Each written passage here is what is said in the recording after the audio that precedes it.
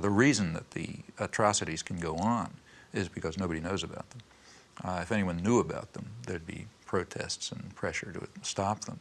So therefore, by suppressing the facts, the media are making a major contribution to some of probably the worst act of genocide since the Holocaust.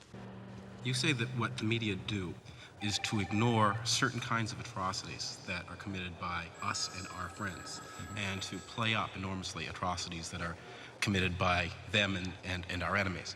And you posit that there's a test of integrity and moral honesty, which is to have a kind of equality of treatment of corpses. Equality of principles.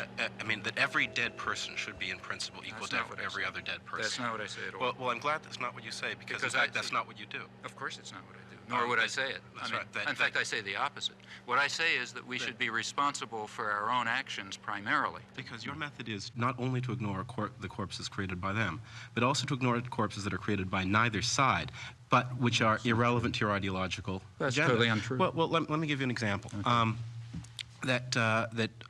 One of your own causes that you take very seriously is the cause of the Palestinians, and a Palestinian corpse weighs very heavily on your conscience, and yet a Kurdish corpse does not.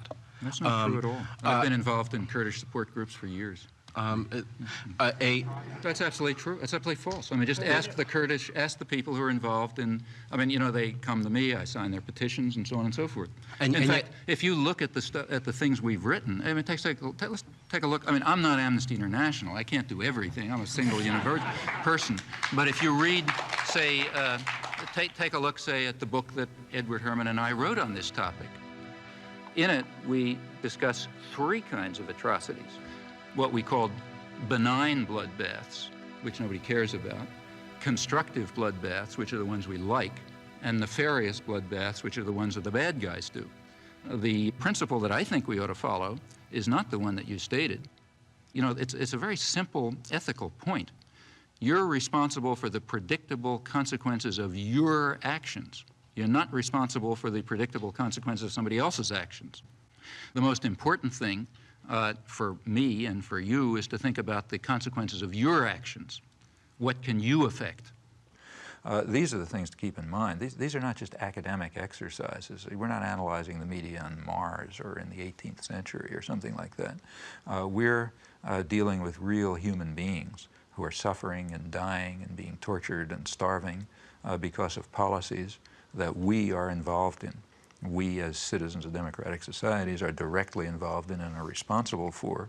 And what the media are doing is ensuring that we do not act on our responsibilities and that the interests of power are served, not the needs of the suffering people, and not even the needs of the American people, who would be horrified if they realized the blood that's dripping from their hands because of the way they're allowing themselves to be deluded and manipulated by the system.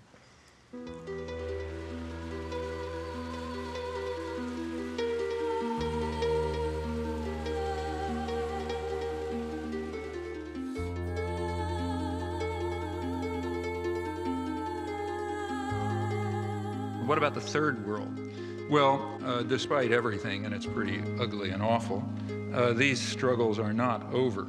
The struggle for freedom and independence never is completely over.